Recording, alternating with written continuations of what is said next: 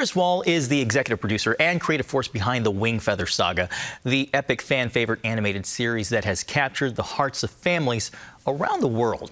A veteran creator of faith and family-infused entertainment, he spent over 2 decades shaping beloved projects like VeggieTales, 3-2-1 Penguins, The Slugs and Bugs Show, and Max Lucado's You Are Special. And now, with Season 3 of the Wingfeather Saga available, the adventure is going even deeper. Where are you? Wow. Our city is a shelter for many. An actual normal life without fangs. I wouldn't mind a little help from a so-called legend. I am Artham Wingfeather.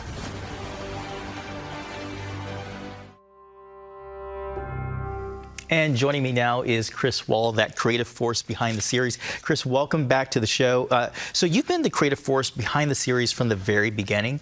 Talk to me and tell me what it's like to see this become a worldwide phenomenon. That has been a delightful journey as a dad of 6, reading the stories initially out of the novels to my kids and having my imagination explode with, like, what would this look like? What would it feel like? And then to be the one committing it to the screen has been, you know, I think a real honor to shepherd the story in this format of animated series. I love how you described that. And we just had this beautiful picture of you and your entire family and the 6 kids.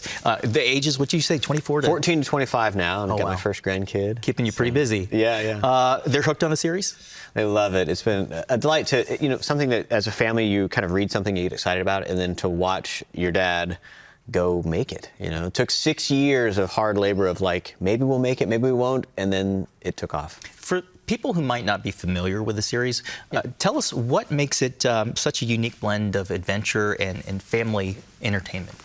Yeah, I think that, you know, a lot of times we'll read stories that are meaningful to your family, but it's what's the mix that makes it really work. And for our family, it was like reading Princess Bride meets Chronicles of Narnia, you know, with a bit of Lord of the Rings for its epic story. And I think there was a reading of it that was, oh, this is fun, it's kind of delightful, it's charming, and then it became important. You know, it's when a story kind of steps into its own and you realize, oh, this is saying something about the world and about our family that I didn't expect. And that kind of surprise and kind of emotional experience was something that really drew us in.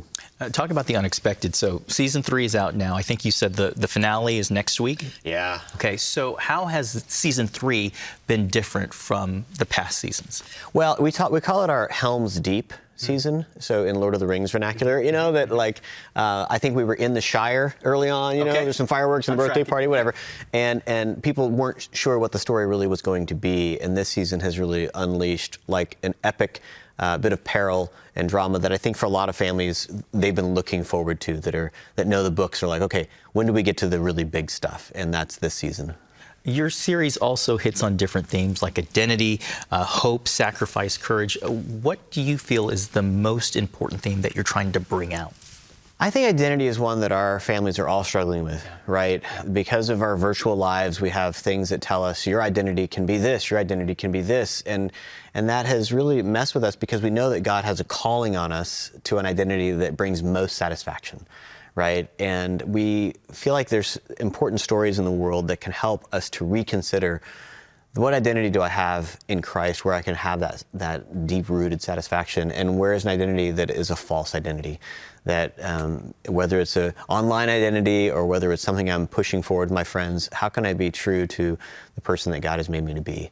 And the story really presents that in some pretty profound ways. There's choices this season that characters will make that are life-altering.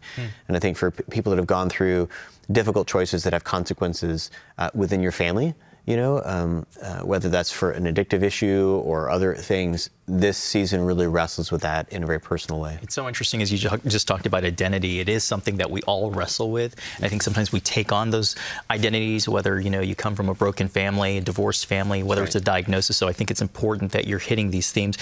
Maybe shed a little light on the season. I think I read that one of the characters, Janner, is on a journey this season. So how does he maybe cope with this identity struggle? Yeah, Season 2 left us with the family broken up, you know, and all scattered in different directions, and the younger brother Kalmar captured and facing a terrible fate. And so the question is, can we as a family find each other again. And so there's a desperate search for the mom and the grandfather to try to find the kids and pull them together. And it's kind of that question of what would you do as a family to pull yourself back together when you're cast in this very difficult time where it's a time of war and there's enemies all about. So yeah, I think it's really strong. And well, Chris, you've been involved in so many different projects. VeggieTales is probably one of the most popular. How has your involvement with past series and past projects shaped how you approach Wingfeather?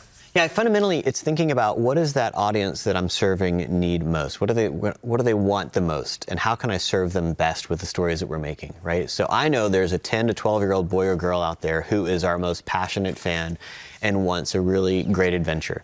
How can I make sure that they're enjoying this in the best possible way and that their older siblings and parents are also included? I think it was definitely a recipe for VeggieTales was, yes, we know that there's a younger audience watching it, but those older siblings and that family are going to have a great journey too. And I think respecting that younger audience, sometimes we can kind of talk down to kids in a way that they're like, no, give me the good stuff. I know that there's peril in the world. I know that there's challenges in the world. Give me that stuff so I can wrestle with it the same as my older siblings or my parents might. You know, all animated projects seem to be a Herculean effort. Can you talk about the team process and maybe how you've learned and you've grown through that in the series? Oh man, it is the most collaborative art form. You have to have a team of people to help you to make this. It is a slow, painstaking process over ours. You know, each season is about 1.5 years of production with about 65 artists that we employ. And it is this wonderful collaborative place in which you have an idea for a thing, and then someone arrives and says, well, what if it's like this?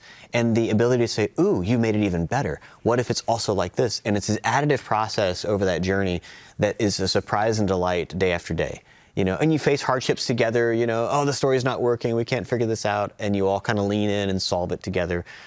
It's a wonderful journey. And fully handcrafted. I think what I love most about what we get to make is that it is artists making it.